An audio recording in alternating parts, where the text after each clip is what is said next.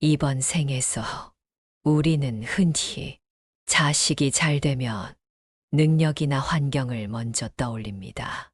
좋은 학교, 안정된 직장, 혹은 타고난 성격을 이유로 말합니다. 하지만 과연 그것이 전부일까요? 오늘 이 영상에서는 겉으로 보이는 성공이 아니라 그 성공을 지탱해온 보이지 않는 뿌리를 살펴보려 합니다. 부처님의 가르침을 통해 자식이 잘된 집에 공통으로 흐르는 부모의 말습관을 돌아봅니다.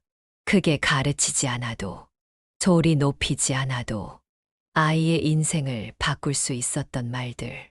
지금 이 순간 우리가 무심코 건네는 말 한마디가 어떤 업이 되어 쌓이고 있는지 함께 조용히 생각해보는 시간입니다. 이 이야기가 부모에게는 돌아봄이 되고 자식에게는 위로가 되기를 바라며 지금부터 이야기를 시작하겠습니다. 자식이 잘된 집을 보면 겉으로는 먼저 성공과 안정된 삶의 모습이 눈에 들어옵니다. 주변에서는 흔히 그 집안의 환경이나 경제적인 여건을 떠올리기도 합니다. 하지만 그 겉모습을 따라 조용히 뿌리까지 내려가 살펴보면 반드시 한 가지 공통된 근원이 드러납니다.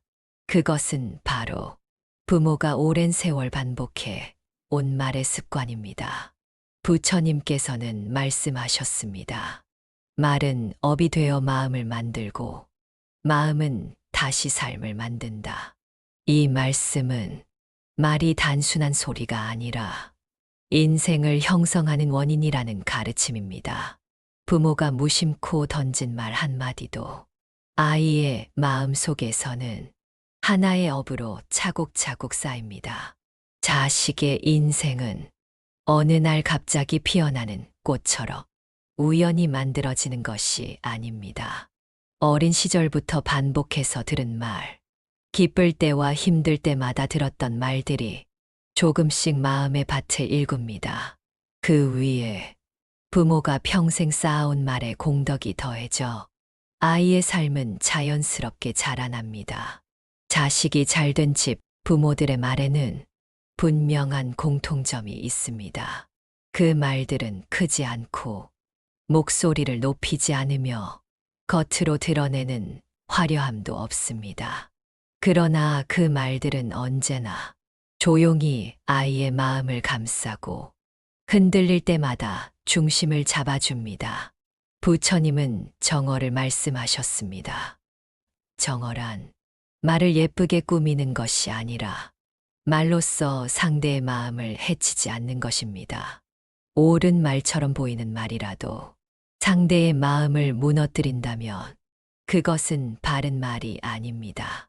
자식이 잘된 집의 부모는 아이 앞에 서서 쉽게 상처 주는 말을 하지 않습니다. 특히 비교가 담긴 말은 아주 조심스럽게 피합니다. 왜 그것도 못하니?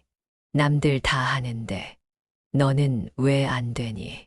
이 말들은 훈계처럼 들릴 수 있지만 아이의 마음 속에서는 자신을 깎아내리는 소리로 남습니다. 부처님께서는 비교하는 마음을 번뇌의 씨앗이라 하셨습니다. 비교하는 순간 마음은 이미 평온을 잃고 스스로를 괴롭히기 시작하기 때문입니다. 자식이 잘된 집의 부모는 비교 대신 이런 말을 아이에게 건넵니다.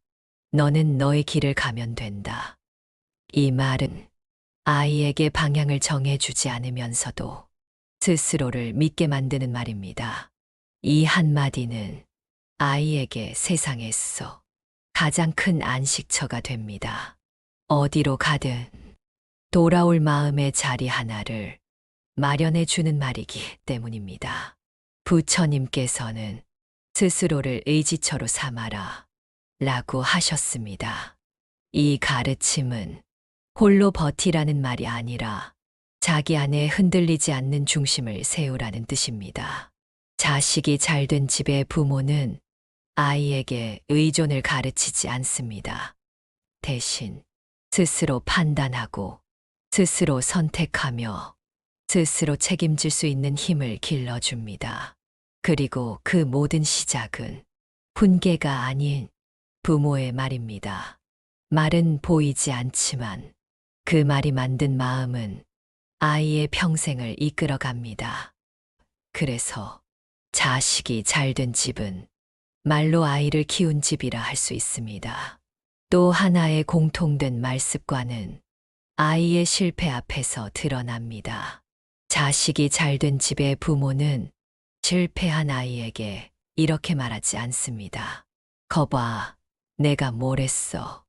이 말은 사실을 말하는 것 같지만 아이의 마음에는 좌절의 낙인을 찍습니다.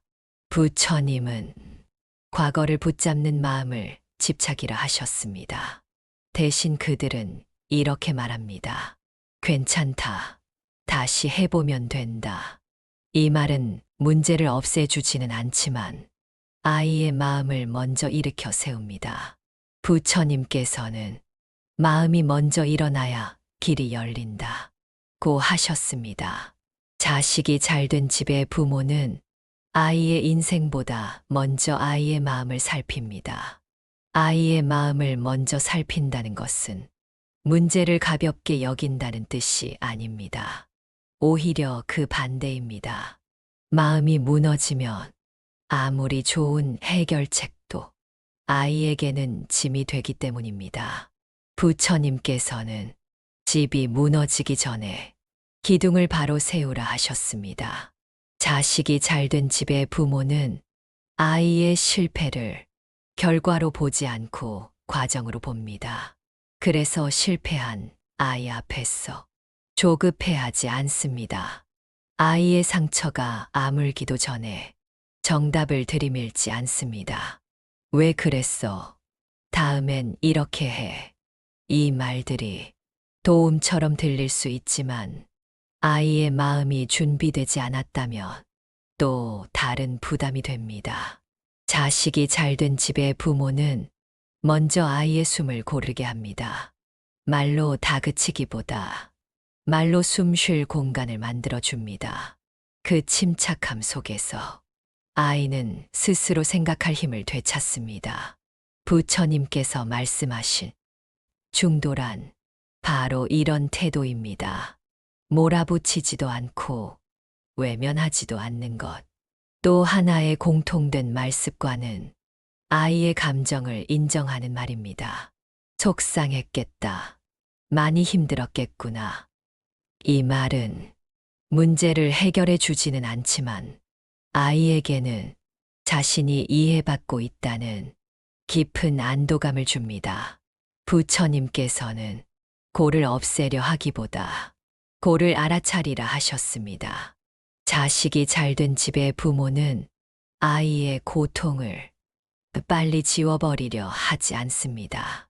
그 고통을 함께 바라봐 주며 지나갈 수 있도록 곁에 머물러 줍니다. 이 과정 속에서 아이는 배웁니다. 실패해도 사랑이 사라지지 않는다는 것, 넘어져도 다시 일어날 수 있다는 것, 그리고 무엇보다 자신의 마음을 스스로 돌볼 수 있다는 것을 배웁니다. 그래서 자식이 잘된 집의 아이들은 실패를 두려워하지 않습니다. 실패가 끝이 아니라 다음으로 가는 문이라는 것을 이미 경험으로 알기 때문입니다.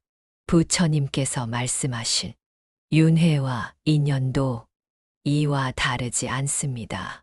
한 번의 결과가 모든 것을 결정하지는 않습니다.